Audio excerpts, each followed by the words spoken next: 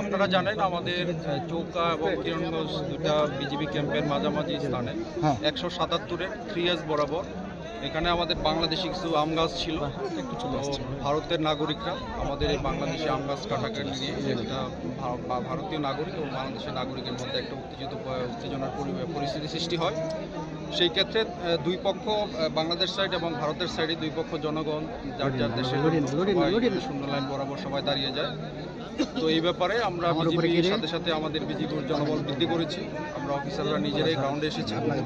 এসে আপনারা দেখেছেন যে 4:10 আমাদের বিজিবি ব্যাটালিয়ন কমান্ডার পর্যায়ে বিএসএফের কমান্ডেন্ট এসেছিল।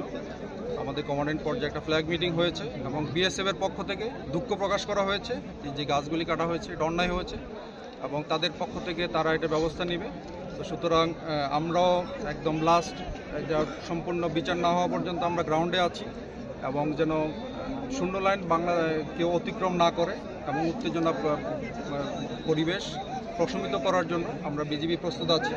পাশাপাশি আমাদের বিজিবির পাশে আমাদের বাংলাদেশি জনগণ, আমাদের দেশপ্রেমিক জনগণ আমাদের সাথে আছে এবং আমাদের জনগণ আমাদের যেটা নিশ্চয়তা করলো ভবিষ্যতেও আমাদের থাকবে। সুতরাং আপনাদের মাধ্যমে আমি রিকোয়েস্ট করতে চাই, বর্তমানে শূন্য লাইন বরাবর আমাদের জনগণকে দূরে সরে আসার জন্য বিজিবি আমরা দিনরাত প্রস্তুত আছি। আমরা ইনশাল্লাহ যে কোনো পরিস্থিতি আমাদের বিজিবির কন্ট্রোলে আছে।